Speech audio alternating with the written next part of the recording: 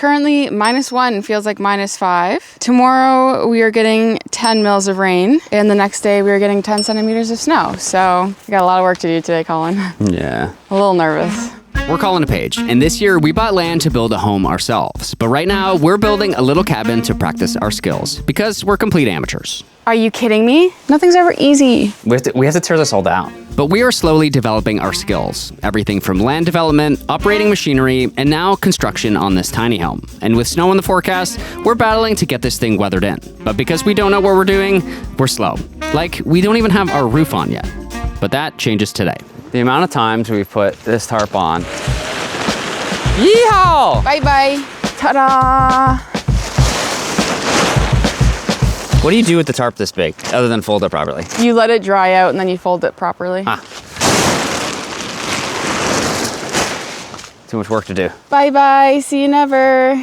I got some structural lag screws, could be truss screws as well. And I'm gonna go through and put a bunch of these down through the rafters into the top plate. We wanna protect ourselves from uplift from wind. Usually people use hurricane ties, and I tried. Here's one of 2 hurricane ties that I put in before giving up. My hammer just kept bonking into this. There's not enough space. We could put them on the inside like this, but then we have this darn thing on the inside on our top plate, and that seems kind of not advantageous. I tried to use hurricane ties, and there's not enough room to swing a hammer because we already installed the sub fascia. So we have these going straight down into these rafters, and then this goes directly down into this double top plate. And that theoretically should help with any wind uplift of the roof and make it a little bit more structurally sound. This is probably a case where we did things out of order. But luckily for us, it is not required by our provincial code. So these truss screws are just an added precaution.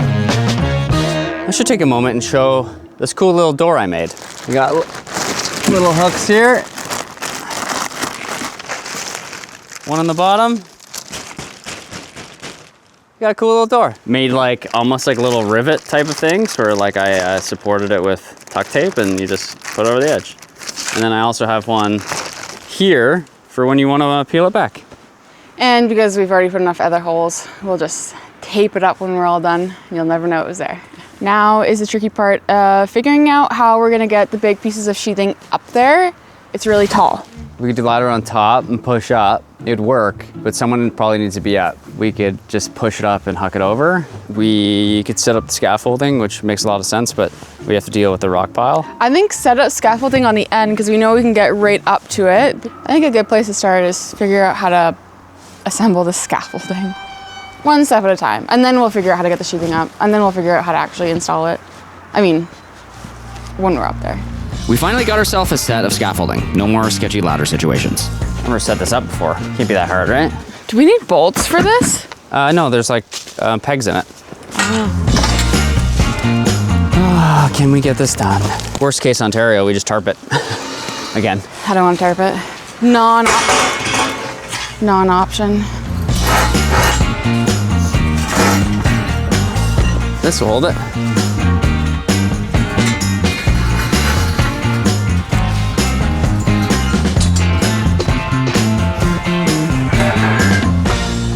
Scaffolding. Now the next step is we're going to run a chalk line. That way we know exactly where to line the sheathing up to, because we do want to account for about a 1/2 inch overhang. Make it look nice and pretty on the sides there. Colin's just on the other side, measuring out the 4-foot width of the board minus 1/2 inch. That'll allow us to have that overhang and make it so it's nice and straight all the way down. I think I gotta go far enough out that I can go over. Okay. I'm trying to not let it hit stuff. No idea if this is gonna work. So Colin's on the ladder, he's pinned it in on one side, he's gonna come up on this side of the ladder, toss it up to him, and then I'll run onto the other ladder and make sure it's all lined up correctly, and then we'll be able to snap it. All that for a chalk line that may or may not work. Now what? Now I toss it up to you. You in a solid position? Yeah. Yeah, we're gonna lose all the chalk and I don't think it's gonna be very effective. Better. Nice. Okay, the plan here, see if we can pass this up the page. See how you have to go extra high? I can't, yeah, I guess because like I can't really go back too much further because unless I go like this. I feel like we could have done that a better way, but we'll find it. Okay, edges down. Oh, all right. I think the plan will be we'll get the board up. Colin can put at least the corner in line just tack it in with a hammer and one nail. Go do the same on the far corner. That way they're in place, and then he can go in with a nail gun. And then once the first board is up, it'll be a heck of a lot easier because then he can stand on it. You ready? Let's see what happens. Yep, am I passing it to you kind of over the peak? Yeah, it's just the easiest way at the moment. You're gonna get under it without leaning back? Yeah. You need to be on that other side so you know what rafter it's lining up with. I can try to hold it. You get there for a second? We will find out. She had no idea how long she was going to be holding that thing.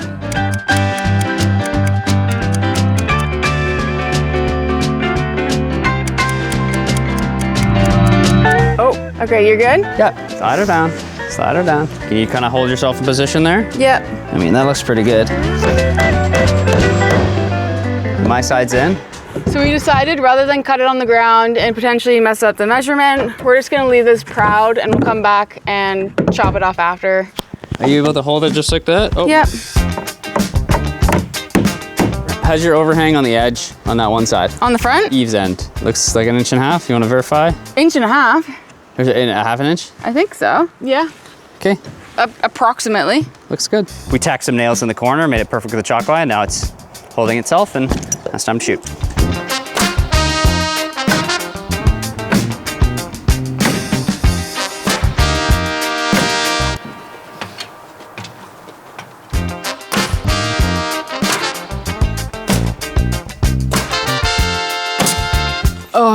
After many long days of trying to get this cabin built, my body is basically filing complaints. So I knew I needed something a little bit more than just caffeine and optimism to get us through it. And that's where AG1 comes in, who's also the sponsor of today's video. AG1 is the daily health drink that combines your multivitamin, pre and probiotics, superfoods, and antioxidants all into one simple scoop. I always want to feel my best, but if I'm being completely honest, I have a hard time remembering to take 9 different things. So having it simplified in one simple scoop just makes it so simple, so repeatable, and I actually remember to take it. Personally, I like to have it first thing in the morning before the stresses and anxieties of the day have taken over, and they've just come out with 3 new flavors. They have a citrus, a berry, and a tropical, and personally, I've been really digging the citrus lately. All the flavors are super good, but I'm more of an original, classic, OG flavored kind of guy.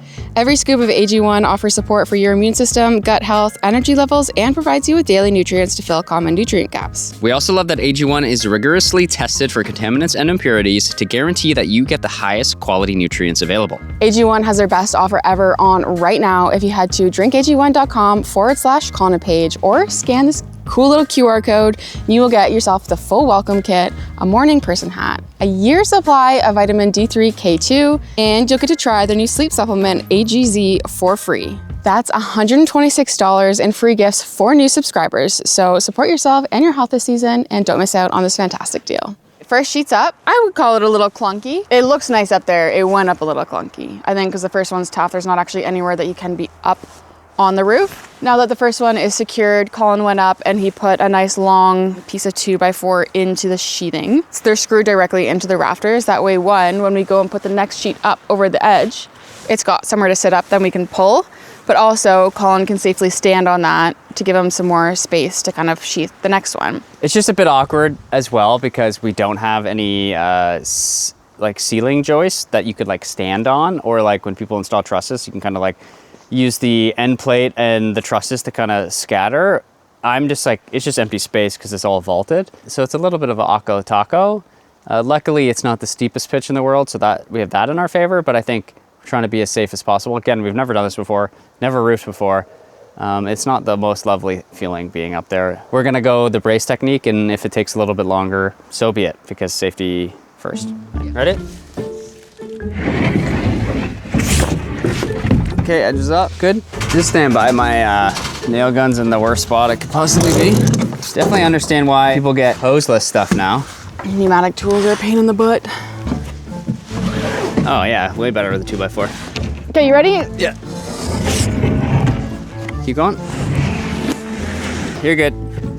I'm coming off the brace now, so you should be good. How do people do this quickly? I don't know.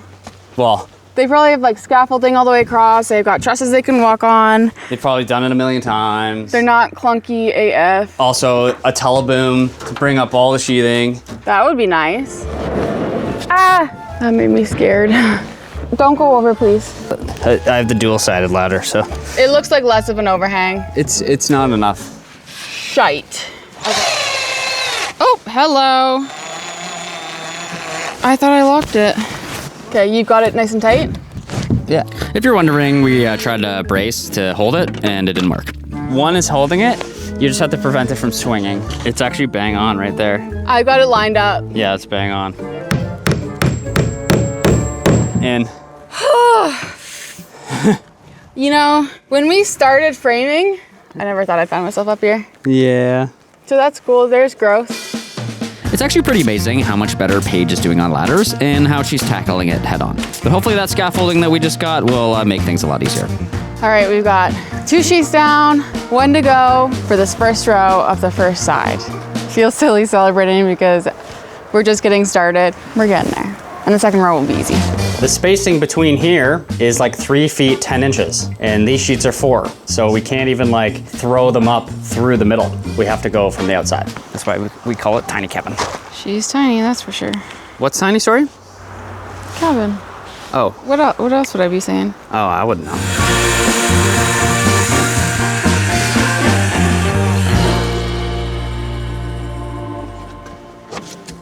Well, I had one piece overhanging it. We're gonna try something.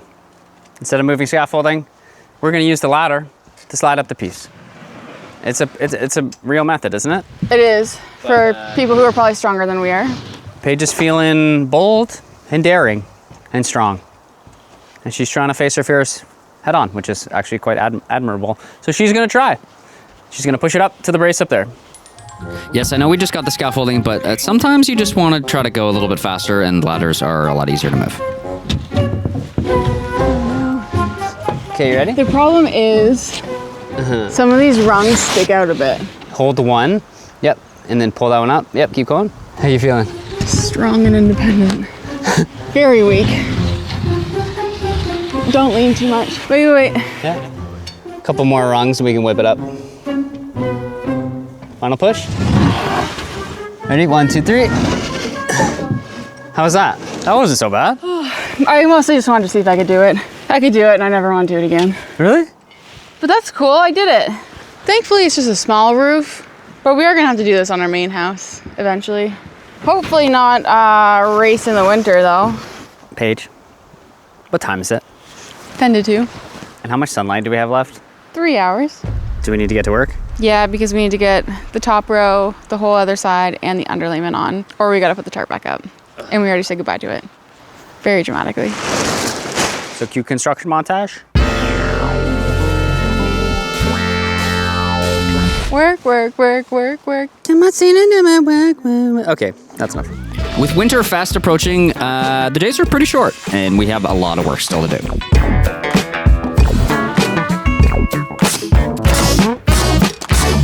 Up. A little bit more. I can't reach it. Yeah, a little bit more. A little bit.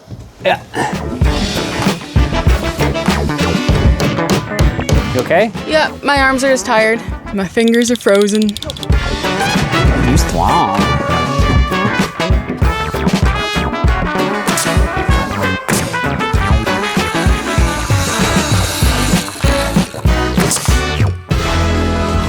I would say the last full-size sheet, but it's not. We did have to trim this one. This is the last of the first row on the second side. And it's 4:20?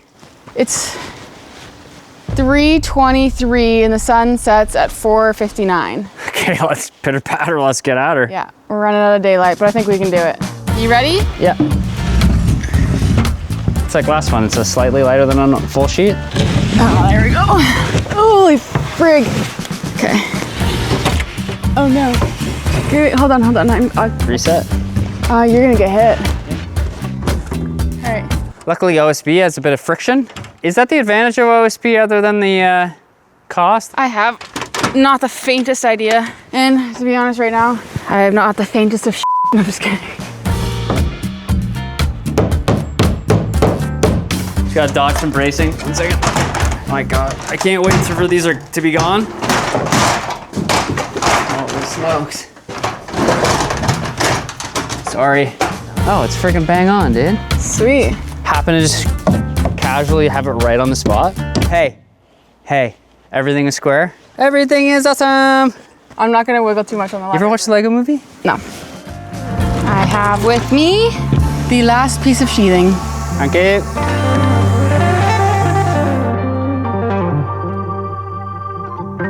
All right, all the sheathing is done.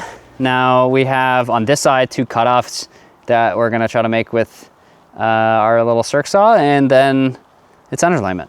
I feel like we got into the swing of things, and we don't have that much light left, but we were trying to hustle. And I think it got easier and easier. I think the first one was kind of sketchy, and then we kind of figured out the workflow, and also putting in these braces that I'm currently have on my feet to stay up here comfortably was really helpful. So.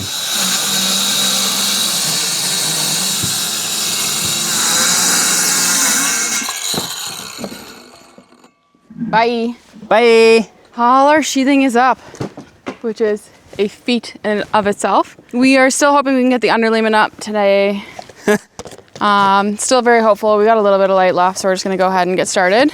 Sun's going down. Should we start this? Hopefully we don't run out of daylight. Spoiler alert, we do run out of light. So every 4 of those is 2 feet. No, so you'd count from that. It'd be 1, 2, 3, 4. From here, 1, 2, 3, 4. Okay, so do you wanna roll it this way? A bunch? 1, 2, 3, 4. 1, 2, 3, 4, 8. 1, 2, 3, 4, 10. 1, 2, 3, 4. 20, 22, 3, 4? 23. Plus whatever fucked up overhang that was. Okay, let's just go to here then. We know we have lots.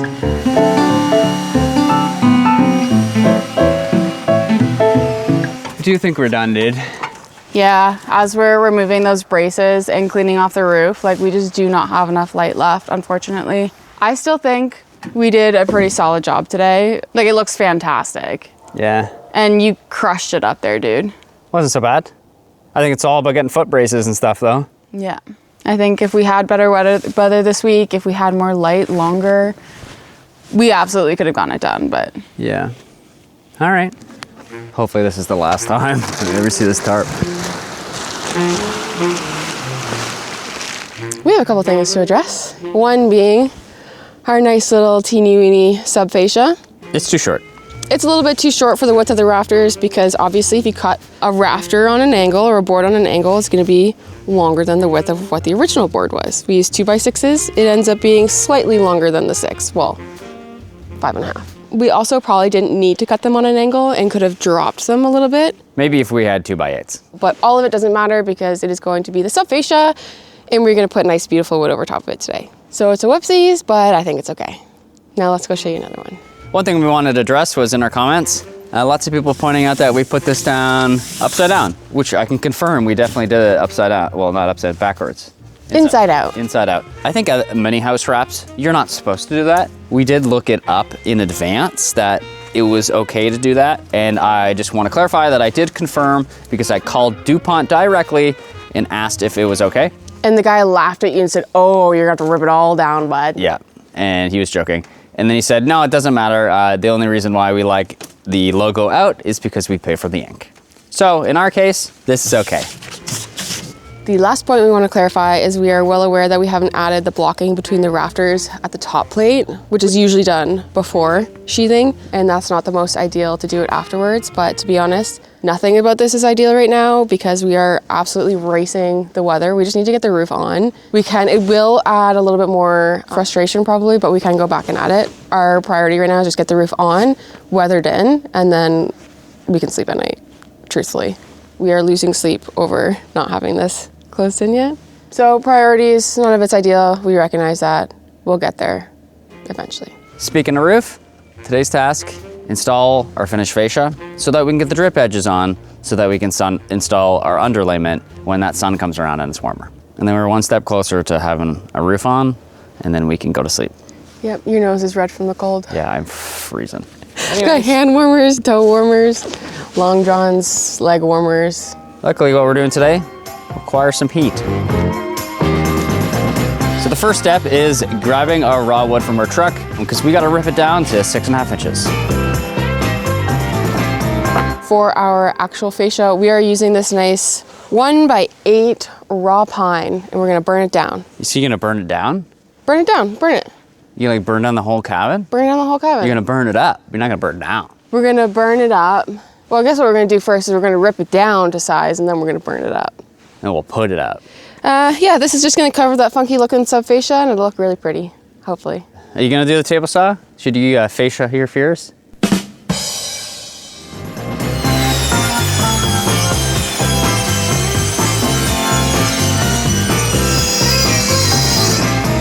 Again. Do we want to double check before we rip them all? Yeah, that's nice.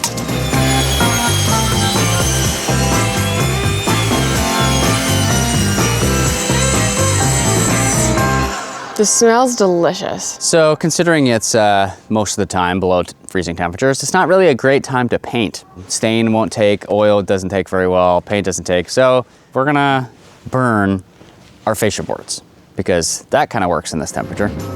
And if you've never seen this before, this is called Yakisugi, a Japanese method of charring wood to resist rot, insects, and make it weather resistant. Traditionally, they did not use a blowtorch though. They did it over open fire, and this wood could last 80 to 100 years.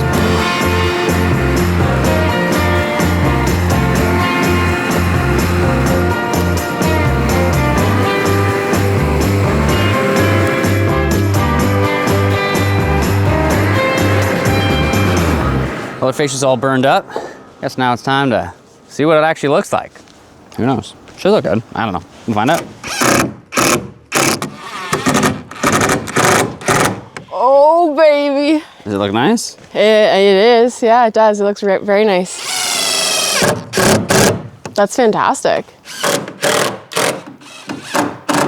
I mean, it looks good. I can't even see the screws. I did purposely buy like little black pan head screws. For some reason, I was like so worried about seeing screws. I don't know why it would matter. But that works good.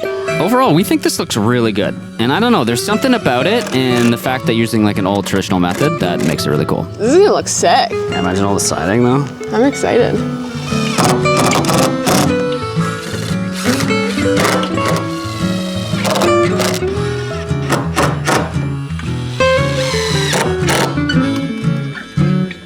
So bad with my left hand. Everyone's wondering, we put a piece of tongue and groove because we might do wooden soffits. So we had to test our measurement, which is how we got the measurement for this. Test the depth. And if you're wondering why we didn't just buy the aluminum fascia trim and opted for wood instead, well, we're able to save a bit of money this way. $140 actually. It will both match the aesthetic and we can put that money elsewhere in the build. Drip edge time. What you think? All I can say is I can't wait for this knot to look like a big white Tyvek box. Was it called northern siding? Ugh, so gross. I know it seems a little silly that we've been going on, oh, we need to get our underlayment, we need to get a roof on, and then we're doing the sides. But the reason we started with these, our final fascia boards, is because the drip edge that goes underneath the underlayment on this side, so that's because that's where all the water will want to fall to, so it kind of goes underneath and then everything gets overlapped on top of it. Whereas the two gable ends, those will all get trimmed up after. Got our snips, now it's time for our drip edge. Drip edge. First set of aviation snips. I don't know about you, but I start feeling like more like an adult the more tools we buy. And a little more broke. Well, maybe that's a part of being an adult. It's just being so incredibly broke. All right, so we're gonna take a piece off, and then the next piece is gonna slide over, I think. We'll find out. There's nothing like learning on the fly. We literally watched one YouTube video and then we're just going to town. What's the worst that can happen? All right, well, first time using 10 snips, so I'm like, what do you expect? It looks good.